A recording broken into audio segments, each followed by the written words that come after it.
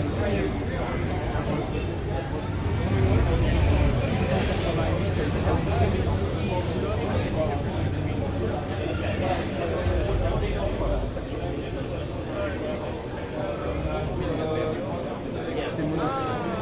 amis, je suis avec le représentant de la marque Moon, c'est ça? Ouais. Ok. Étienne Gauthier. Étienne Gauthier, enchanté. On va essayer de parler du bel ampli là, de puissance Moon, donc que Étienne va nous présenter. Ouais. Voilà. Alors donc déjà nous Sim Audio, on est une compagnie canadienne. D'accord, ouais. On est à Montréal depuis 42 ans. D'accord. Donc on fabrique tout à Montréal. Ok. Et donc ça c'est notre monobloc de référence, le 888. C'est un monobloc. Ouais. Oh, purée. Il en faut deux. Oh, purée, déjà, ça y est, je tombe là. C'est vrai. C'est vendu par paire. D'accord. Bon déjà c'est une belle bête hein, évidemment. Ils font 130 kg chacun. D'accord, ok. Ouais. Et donc à un moment donné, ça faisait longtemps qu'on sortait des amplis et on s'est lancé le défi de se dire où est-ce qu'on peut aller, jusqu'où on peut aller. Ouais, bah ouais. Et donc on a mis tout notre savoir-faire de 40 ans d'expérience dans ces amplis-là. Ok. Et donc on est allé jusqu'au boutiste partout. D'accord. Donc on a fait faire des transports custom par une compagnie du Québec avec qui on travaille depuis longtemps. On a enchâssé dans des caissons, coulé dans de l'époxy pour éviter les résonances et tout ça. On a fait faire des condensateurs custom. On a fait faire une nouvelle circuiterie qu'on a évidemment designé jusqu'au boutiste encore. Nos transistors dans cet appareil-là sont faits sur mesure pour nous par Motorola. D'accord, ouais, c'est vraiment que du. Tout est sur mesure. sur cahier des charges et tout ça. Donc ces amplis-là, sont vraiment des amplis incroyables qui peuvent être pairés avec n'importe quel haut-parleur. Est-ce que vous avez un appairage de prédilection Moon avec des haut-parleurs spécifiques ou pas? Alors non, pas spécialement. Pas spécialement, d'accord. Nous, on travaille bien avec plein de marques de haut-parleurs, que ce soit Sim Audio, que ce soit Aido, par exemple, des haut-parleurs danois sont vraiment magnifiques aussi. Et quand on fait un ampli comme ça, ce qu'on veut, c'est qu'il fonctionne de façon optimale avec n'importe quel haut-parleur et que ce soit surtout super facile pour justement driver les haut-parleurs et qu'ils donnent leur pleine potentialité. Voilà, mais là dans tous les cas, donc là l'ampli en termes de puissance on est 888 watts à 8 ohms. D'accord, ouais. Il va doubler à 4 ohms, il va redoubler à 2. D'accord, ouais. C'est un puits sans fond d'énergie, de transparence. C'est assez dingue. Est-ce que vous pouvez un peu nous parler là des condos? Parce que alors là les condos je vois qu'ils sont sous combien du farad là? Juste un seul? C'est des 27 000 microfarads. 27 000 microfarads c'est des Nichicon qu'on a fait custom aussi pour nous. D'ailleurs il y a notre nom dessus, Moon. Ouais, c'est énorme. Donc tous les condensateurs aussi derrière sont custom pour nous, ceux-là aussi. En plus ce qu'on fait c'est que ils ont des très faibles tolérances. Les transistors on va les matcher ensemble, on va faire des Les appairer? Ouais, les appairer. En fait il y en a 16 par canot. D'accord. Et on perd les 16 ensemble. Donc donc c'est vraiment jusqu'au boutiste. Même les câbles sont faits custom pour nous. Donc après ça, c'est aussi quelque chose qui est assez rare dans l'industrie, les dissipateurs sur le côté. Hop, on va voir ça. C'est des monoblocs d'aluminium. Oui, donc en fait, déjà c'est un seul bloc d'aluminium, tout ça. pour dissiper toute la chaleur du bloc. Donc en fait, on va les couler comme des pièces de moteur d'automobile dans des moules en sable et résine. Ok. Donc on va les couler. Après ça, on va les réusiner avec des machines CNC à 5 axes. Pour en fait affiner après tout le design, que ce soit vraiment magnifique. Et ça, ce que ça nous permet de faire, d'une part, ça nous permet de créer une cavité dedans où en fait le circuit d'amplification va parfaitement s'enchasser pour anticiper la chaleur de façon plus efficace. Oui, parce que du coup ça dégage beaucoup de chaleur une fois. Ouais, alors vu que c'est facile, ils ne chauffent pas tellement et que aussi les dissipateurs sont très efficaces. Et ce que ça amène aussi, en fait, le fait d'être un monobloc, c'est qu'il y a beaucoup de rigidité en fait mécanique. Ouais. Et donc en termes de stabilité mécanique, c'est très bon. Il n'y a pas de fuite, de perte de signal en fait. Non, voilà, c'est ça en fait. Et aussi ça permet de dissiper la chaleur de façon optimale, donc ça optimise le fonctionnement de la circuiterie. Ce qu'il faut comprendre, c'est que évidemment c'est un petit peu comme un moteur d'auto, si vous lui amenez pas assez d'air, ça ne dissipe pas la chaleur, il va chauffer, il va se mettre à moins bien fonctionner. Donc là on a optimisé ça au possible pour justement que ce soit un ampli qui soit toujours optimisé dans n'importe quelle situation. toujours au max de ses performances. Absolument. On a aussi créé des pieds avec un système dedans en fait où on a un système de ce qu'on appelle nous self-leveling. En fait, quand vous allez poser l'ampli sur sa base, Ouais. le pied à l'intérieur il y a un système d'absorption avec un ressort et des matériaux en fait qui fait que l'ampli va se stabiliser tout seul en fait à plat. Ah d'accord, selon là où on va le poser, en Exactement. fait, il va se... Et en même temps, ce qui est intéressant avec ce système-là, c'est que justement, si vous avez des vibrations au sol ou quoi, il va être capable de les compenser aussi. D'accord, ok. Ouais, donc en fait, il est adaptable à tout, en fait. Ouais. Il est multifonction. Ouais. En fait, c'est un ampli mono, il fait quelque chose sur le papier d'assez simple. Ouais. Mais en fait, c'est plein de petits facteurs qui additionnés font que on est comme chez une Formule 1 pour gagner un millième au tour. Mais c'est une Formule 1. Ouais, bah oui, forcément. C'est une Formule 1 C'est ça. taillée. Donc on va chercher en fait tous les micro-détails qui vont faire qu'on va chercher une performance d'exception dans un appareil d'exception. Ah ouais, non mais c'est... Franchement, même moi, ça me donne envie d'écouter ce genre de monstre, quoi, de voir. Mais après, la puissance est certainement démesurée par rapport à l'utilisation il faut mettre ça derrière un système d'enceinte, que tout le système soit cohérent, en fait. Ouais, absolument. Exactement. C'est sûr que c'est un tout. Ça vient avec le préampli de 1050 qui est notre ampli de référence qui est en deux châssis, avec le 780 qui est notre DAC de référence qui peut avoir une alim externe de 820S. Évidemment, on met du câblage qui fait du sens aussi. Donc voilà. Après, si les gens souhaitent les écouter, aujourd'hui on lance statique, mais on l'avait montré au Salon de Paris il y a quelques années. Ça jouait. Et puis notre distributeur français, PPL Audio, organise régulièrement des salons chez leurs détaillants. Ou parfois ils les amènent. Quand même en écoute dans différents endroits, d'accord. Donc il faut regarder un petit peu les événements qu'ils organisent et puis après. Ok, ça marche. Etienne, j'allais vous poser la question. Ouais. Donc là, ça, ce sont les deux transformateurs toroïdaux. Mais c'est c'est marrant parce qu'il y en a deux. Donc là, c'est un ampli mono, mais il y en a quand même deux pour. Ouais, en fait, un par côté. En fait, c'est un mono, mais qui est qui est en symétrique quand même. Ah, c'est quand même assez incroyable. Ouais. Parce qu'en fait, on a un traitement du signal qui est justement complètement symétrique. D'accord. Donc en fait, on va avoir, on appelle ça un circuit balancé en Amérique du Nord et symétrique. D'accord, ouais. Alors nous, on peut peut-être aller voir derrière ce qu'il y a, parce que c'est aussi important de voir un petit peu les borniers. Ouais. Les borniers de l'ampli. Ouais, ça c'est des connecteurs Furutech. D'accord. Des connecteurs japonais qui sont plaqués au rhodium. Et puis en plus, qui ont une sécurité dynamométrique pour pas qu'on resserre trop en fait quand on met des fourchettes. D'accord. Quand on serre, au bout d'un moment. Ah oui, d'accord, ok.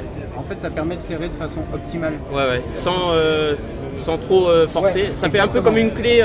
Dynamométrique. D'accord, ok. Et alors, par contre, c'est symétrique, mais comment se fait-il qu'on n'a pas justement les prises les XLR Ah oui. Donc ça, en fait, ça c'est l'entrée. Ça c'est l'entrée. Ça c'est les sorties. D'accord. C'est ça. Et après, donc on a un connecteur électrique ici. Nous, on livre cet ampli-là avec un cordon d'alimentation qu'on a fait faire sur mesure en fait chez Cardas. Cardas, cet ampli, ouais. Alors Cardas qui est fabricant américain de câbles. Ouais, qui est très réputé, qui est dans l'industrie depuis longtemps. Voilà. Ok. Et est-ce qu'on pourrait parler du prix? Ouais, on peut parler du prix. Ouais, c'est une Formule 1, donc évidemment c'est cher. Ouais. Bah, je l'ai vu, mais j'ai fermé les yeux parce que j'ai fait comme si non. Il n'y a pas eu d'attaque cardiaque. Voilà. Non, ça va. Non, mais ils sont 130 000 € la paire. Ouais. Ah donc c'est la paire. D'accord. Ouais.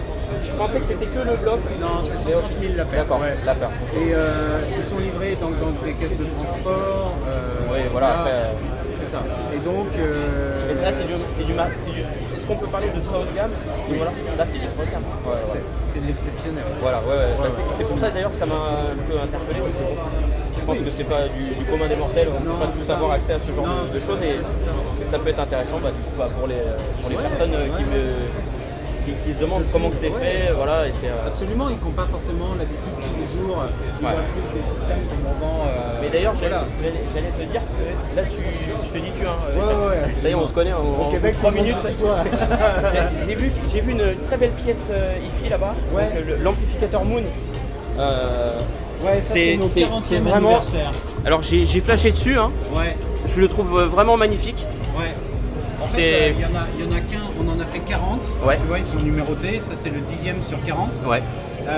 On en a fait 40 pour notre 40e anniversaire.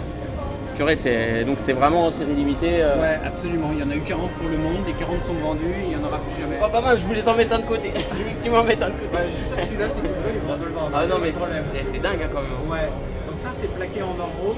D'accord, ouais. Ouais. Et puis la couleur, on a appelé ça millésime parce qu'on voulait souligner le côté et c'est magnifique, spécial et tout ça. Tu vois, je suis pas très tout ce qui est comme ça l'affichage affichage numérique. Ouais, ça c'est un système LED, ouais. Voilà, alors c'est vrai que je suis pas fan, mais là comme ça, franchement ça. Ouais, là ça. C'est homogène quoi. Ouais. Voilà. Et le potentiomètre de volume, est-ce que il est. C'est pas un potentiomètre. Ah. En fait, si tu regardes le volume, en fait, il est super cool à manipuler. Ouais, je peux l'essayer. Vas-y. Ah oui. En fait, derrière, on a un encodeur optique. Ouais. Ok. Qui va en fait lire la course du mouvement. D'accord. Et ensuite varier le signal en analogique. C'est pas un contrôle de volume numérique, c'est un contrôle de volume analogique. D'accord. Avec un encodeur optique. Ce qui est assez spécial là-dedans, c'est que si tu regardes, en fait, si tu tournes doucement, oui. au bout de 30, en fait, tu vas augmenter le volume à 0.1 dB. C'est un niveau de volume qui est en dB réel. C'est très précis en fait. Ouais. Et en fait, si tu accélères, à ce moment-là, il va aller plus vite. Mais il va augmenter, hop, au bout d'un moment, la course augmente avec la vitesse aussi. D'accord, ouais, Ouais. C'est pareil, encore en compétition. C'est dingue, hein. Ouais. C'est dingue. Parce que là, c'est un ampli intégré, ça c'est un lecteur réseau et convertisseur numérique analogique. Alors ça, lecteur réseau, c'est vrai que ça, lecteur réseau, donc il y a le DAC intégré. En fait, c'est ça, le DAC. En gros, là-dedans, tu écoutes. Est-ce que de la musique. Tu streams, mais est-ce que si, par exemple, j'ai de la musique sur un PC ou une carte son, enfin, en dématérialisé PC, comme ça. Tu peux connecter en USB si tu veux. Ouais, d'accord, ok. Ouais, pas de problème. Ou sinon, si ta musique est en réseau accessible chez toi avec un NAS, par exemple, tu peux y accéder sans problème. Et, et avec une platine CD, quoi. Est-ce que ça. Platine CD, tu vas mettre en coax, en optique ou en AES EBU. Et ça sert quand même malgré une platine CD? Ou alors la platine CD tu la connectes direct à l'ampli? Parce que si du coup. tu as une excellente platine CD, tu peux la connecter direct à l'ampli. Si ta platine CD est un peu vieillissante et que son convertisseur est vieillissant et évidemment peut-être moins bon que celui-là qui est vraiment un très très bon convertisseur, t'es mieux d'utiliser le convertisseur ici et après d'aller dans l'ampli. Oui, voilà, d'accord. Absolument. Ok. Eh ben, franchement, je suis impressionné là. Vas-y, dis-moi, t'avais d'autres choses à me dire? Ouais, j'ai plein de trucs à dire. Plein de choses à dire, mais on peut passer la journée si tu veux. Mais c'est dingue, franchement, c'est dingue. Ouais. C'est dingue. La plateforme de lecture réseau qui s'appelle le Mind pour Moon Intelligent Network Device. C'est une plateforme qu'on a développée nous à Montréal. D'accord. On a des programmeurs d'applications mobiles et avec cette application, tu peux contrôler le système au complet, son volume. D'accord. Voilà, tu peux accéder à Tidal, Cobuzz, Deezer, c'est assez moderne, quoi, vraiment. Ouais. D'accord. Tu contrôles tout le système. Donc ça, c'est vraiment super. On est très fiers de ça. J'allais te poser une question parce que du coup, donc Moon qui est une marque canadienne, est-ce que tu as travaillé avec Paradigme? Alors non, parce que Paradigme, moi j'ai des enceintes Paradigme que j'adore, des anciens modèles. Et du coup je me disais, ça se trouve, est-ce que le mariage Paradigme Moon, ça match? Ça marche très bien. Nous évidemment quand on développe des appareils, le but c'est que ça marche avec le plus de haut-parleurs possible. Donc à l'usine on a, je dirais pas pléthore, mais on a quand même un certain nombre de haut-parleurs. De différentes compagnies, de différentes technologies. Ça m'intéresse parce que tu vois ce que tu dis. En fait, ce qui m'interpelle, c'est le fait de créer un amplificateur qui va être adapté sur toutes les enceintes. Alors que, à contrario, je vais te dire une marque concurrente comme Macintosh. Macintosh est tout souvent associé avec des enceintes haut rendement.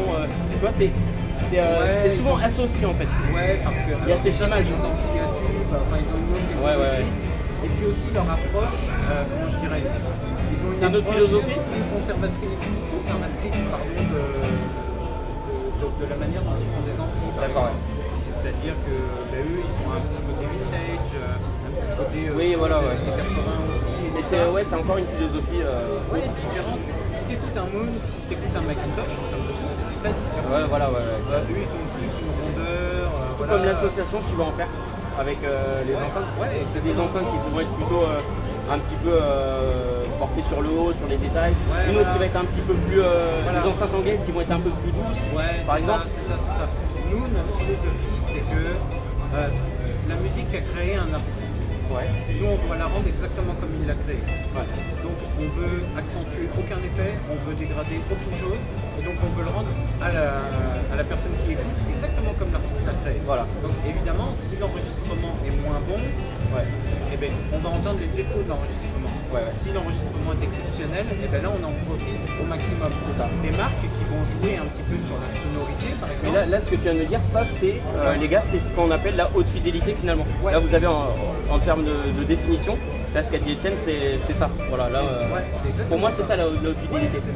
Retranscrire ce que l'artiste a voulu nous démontrer à travers l'enregistrement et le remettre sur son système. Exactement, parce que moi, finalement, quand je vois un artiste qui se donne beaucoup de mal pour créer quelque chose, qui met de l'effort, finalement, de quel droit moi, je voudrais modifier son travail. Faire du tuning. Ça, c'est pas mon travail. Mon travail à moi, moi, je suis un vecteur d'émotion. Attends, je vais te filmer, Étienne, parce que je crois que mon bras il va tomber, il va tomber en miettes. Relever un peu. Attends, le sang descend un peu. Attends. Je suis tellement petit, regarde ça. Donc je disais, nous on est des vecteurs d'émotion. C'est-à-dire que nous, on veut vraiment absolument pas changer ce que l'artiste a créé. Si Garder l'artiste a décidé que sa guitare allait sonner comme ça, c'est comme ça qu'on va la rendre. Si tu prends évidemment tous les enregistrements ne se valent pas. Si tu écoutes Sticky Finger des Rolling Stones, qui a été enregistré en Provence, tu sais, dans le fameux manoir, ils ont enregistré ça dans la cave. Du coup l'enregistrement il va pas être terrible, mais du coup il y en a, c'est ce qu'ils vont rechercher. Ils veulent ce côté-là. C'est comme ça que ça a été fait et c'est comme ça qu'on va le rendre. Exactement. On va pas le changer. Voilà. Par contre, quand tu as par exemple, on a une artiste québécoise, Dominique Fils-Aimé, qu'on aime beaucoup. D'accord, je la connais pas, mais à découvrir. C'est du jazz, c'est super. D'accord, Elle fait ça dans un studio montréalais qui s'appelle le Studio Opus. Et qui enregistre avec des préamps micro que nous on a fait pour eux. D'accord. Et c'est d'une transparence et d'une beauté, c'est incroyable. Ah ouais, d'accord, Et ça donne envie d'écouter. Et il y a plein de choses super en fait. Et moi ce que je trouve génial, c'est que quand on a un système qui est bien transparent et qui rend en fait la créativité de la création musicale, c'est ça, et ben on peut découvrir plein de choses, des micro-détails, des choses que exactement, les gens ont voulu. La transparence en fait, mettre au mot, je pense, absolument. surtout dans une amplification. Après, du signal numérique. Voilà, parce que les enceintes, il y a une certaine coloration qu'il y a dans les enceintes qu'on ne doit pas retrouver dans les amplis. Enfin, je pense. Parce que par exemple, tu as les amplis à tubes. Les amplis à tubes, tu sais qu'ils ont une coloration, ils ont cette chaleur, machin. Ils ont du bruit de fond. Parce que les amplis à tubes souvent ont un niveau de bruit qui va commencer à peu près à 80 dB. Les amplis à transistor ont des capacités de gestion du bruit de fond bien meilleures. Alors quand tu dis bruit de fond, c'est le petit bruit résiduel volume... En fait, c'est le niveau sonore à partir duquel tu vas commencer à entendre du bruit de fond, auquel l'ampli va commencer à générer du bruit de fond. Donc 80 dB par exemple, c'est pas très haut. Un orchestre symphonique, ça joue à 100 dB. Donc 80 dB, forcément, tu commences à avoir du bruit de fond. Nous, on a des amplis, des préamplis qui montent à 130 dB de ratio signal-bruit. Donc à 130 dB, c'est décollage d'un avion de chasse, autant dire que tu n'écouteras jamais. Non, c'est sûr. Donc tu as une pureté de son, pas de dégradation. Donc c'est ça. Mais c'est souvent ce qu'on dit. Quand on va écouter par exemple les personnes qui vont à un orchestre, s'ils veulent le retranscrire chez eux, il faut qu'ils mettent le volume à un certain niveau pour avoir pour que tout reste cohérent en fait. Parce que si tu écoutes à bas volume, tu vas pas forcément te rendre compte des différences qu'il peut y avoir à niveau réaliste. Exactement. D'accord. Donc ça c'est quand même assez important aussi. C'est pour ça que c'est aussi intéressant d'avoir des niveaux sonores, tu vois, en dB réel, comme ça tu es capable d'ajuster vraiment plus précisément. Ce qui est important et souvent ce que les gens vont négliger, c'est un petit peu le placement des enceintes chez eux pour retrouver une image sonore qui est réaliste aussi. Le placement des enceintes est très important à effectuer. Malheureusement, c'est souvent on va dire les personnes ils se disent bon, je vais pas trop faire le placement par rapport aussi au côté WAF derrière. Quand il y a le meuble qui est mis à tel endroit, ils peuvent pas. Mais c'est vrai que c'est important, ne serait-ce qu'un petit pincement. Parfois tu as des choses toutes simples à faire. Juste replacer un petit peu tes haut-parleurs, tu vois déjà bien les aligner. Dans ton sweet spot, exactement. Après ça, bien les placer, bien les angler, jouer un petit peu avec ça. Ouais, ouais. Parfois des choses simples aussi, choisir un petit peu le mur où on va mettre le système de son. Mettre Par rapport aux basses réflexes, que les réverbérations elles soient pas trop. C'est ça. C'est tout un réglage en fait. C'est un réglage. D'abord le réglage acoustique en fait. Ouais, c'est une vraie expertise aussi. C'est pour ça que nous, on conseille souvent aux consommateurs, n'hésitez pas à demander à votre détaillant. Votre détaillant il est là pour ça aussi. Oui, bah oui. C'est pour ça que nous, on travaille avec des détaillants sérieux qui vont livrer les systèmes chez les gens, faire un peu de placement, leur expliquer aussi parce que tu fais le ménage, tu bouges le haut-parleur. C'est. Donc leur montrer un peu comment retrouver le positionnement, leur donner des petits... mais il y a tellement de choses en fait. Ouais, il y a plein de petits facteurs, mais c'est pas inaccessible. Oui, voilà. Souvent, moi, l'analogie que je prends, c'est quand on commence à goûter du vin. Ouais. Tu vois, au début, tu as plein de trucs, tu connais pas ça, tu n'as pas d'expérience, on t'a pas appris, pas montré. Ouais, bah oui. Et puis finalement, tu tombes sur des gens, des amis, où tu vas prendre un petit cours et là, ils te disent tiens, regarde ça, écoute ça, dis-moi ce que tu trouves, machin. Ouais, c'est vrai. Et puis on prend un petit peu d'expérience avec des conseils simples, finalement, on retrouve des choses. Et après, voilà. Plutôt que de le boire vulgairement, comme si c'était un jus d'orange, vas-y. C'est vrai que c'est. Et tu vois, souvent, une question qu'on me pose, c'est est-ce qu'on est capable d'entendre la différence entre un système d'entrée de gamme et un système haut de gamme? Et je reprends l'analogie du vin. Si tu prends un vin qui est un peu ordinaire, tu vas le goûter, tu vas faire c'est pas mal. Et si tu prends un meilleur vin, tu vas le goûter et tu vas faire il y a un truc spécial. C'est pas explicable en mettre le doigt dessus, mais j'ai plus de plaisir avec ce vin-là. Mais dans les systèmes de son, c'est pareil. Ça te semble juste plus réaliste. La guitare sonne plus comme une vraie guitare, la voix sort plus naturellement, le positionnement dans l'espace et encore que, meilleur. t'as même, après dans les instruments, t'as tellement de nuances dans les instruments. Par exemple, t'as la Fender, les guitares, t'as plusieurs types de guitares. Et même moi, par exemple, moi qui je suis pas musicien ou quoi, mais quelqu'un qui va écouter une Fender ou une autre, une Gibson, il va te dire la différence elle est là, tout comme les batteries, tout ça. Et en fait, et c'est ça qui est assez intéressant, c'est de nuancer entre celui qui va connaître des instruments par cœur et nous qui allons écouter de la musique, d'être mélomane et de prendre du plaisir. Moi j'ai des collègues justement cet exemple-là qui sont des fous de guitare, ils écoutent un enregistrement et ils se disent ok ça c'est une Gibson. Voilà. Alors maintenant, dans les enregistrements modernes, tu peux modifier le son avec un ordi pour donner un son de Gibson et une guitare qui n'est pas une Gibson. Bon, voilà, on peut tricher un peu. Mais dans des enregistrements plus anciens où on ne pouvait pas faire ça, tu le sentais quand c'était une Gibson ou une Fender, c'était assez... D'accord. Mais et c'est intéressant tout ça. Il y a tellement de choses. Franchement, et Étienne, je crois que je vais rester avec toi toute la journée là. Je suis avec Étienne depuis tout à l'heure. Moi je te dis, on fait ils vont tous avoir notre vie. Mes potes ils sont là-bas, ils nous attendent depuis tout à l'heure. Je crois qu'on va se voir raconter. C'est ça. Mais en tout cas, Étienne, est-ce que tu avais d'autres choses à dire ou pas? Non mais toi... Moi regarde, Moon on est une super compagnie, on fait des super les gars, en tout cas, je vous invite à écouter Moon. Une vingtaine de détaillants en France. Si un jour, moi je peux écouter, découvrir du Moon avec plaisir, si t'as l'occasion... T'es sur Paris? Non, moi je suis dans la campagne. T'es où, dis-moi? Dans le 45. Ok, à Orléans? Montargis. Ici Orléans, sur Paris on a deux détaillants.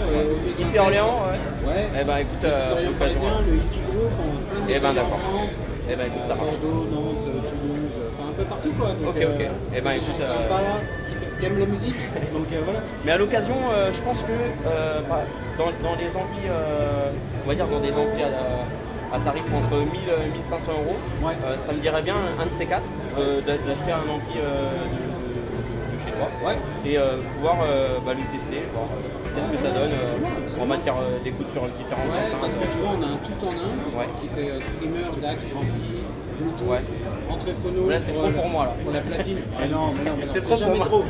Et tu vois, avec nos nouveaux haut-parleurs, les Voice 22, ça c'est notre petite nouveauté. On n'avait jamais fait de haut-parleurs. Et c'est les premiers qu'on a fait pour les marier justement avec notre tout en un, justement pour une clientèle de novices. Tu vois, tout à l'heure tu me disais quel haut-parleur vous choisissez pour aller avec votre électronique. Et c'était un problème pour beaucoup de nouveaux consommateurs dans la hi-fi. Et donc on s'est dit, on va faire un haut-parleur juste pour les novices de la hi-fi qui veulent s'acheter un système Moon parce qu'ils aiment la qualité Moon et leur donner une solution complète, intégrée comme un premier pas dans la haute fidélité. D'accord. Et donc après, quand ils ont plus d'expérience, Après, comme avec voilà, le vin, ils vont aller chercher des trucs un petit peu plus loin, voilà. Voilà, c'est ça. Perfectionnement à chaque Exactement. Mais voilà, on a fait cette petite enceinte qui est 3 000 € la paire. fois. D'accord. On en est super fiers, ça marche vachement bien. Excuse-moi, je vais faire un petit truc.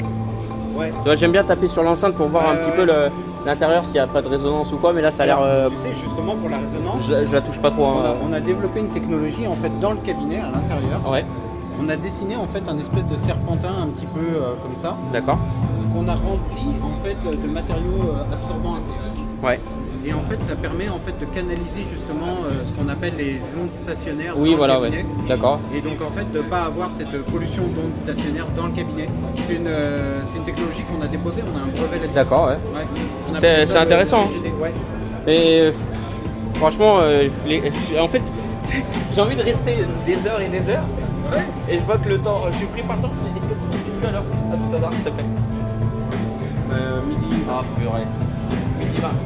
Ouais, je suis en retard. Je suis Ouais, en retard. ouais, Je suis en retard. J'avais rendez-vous un peu plus loin, c'est pour ça.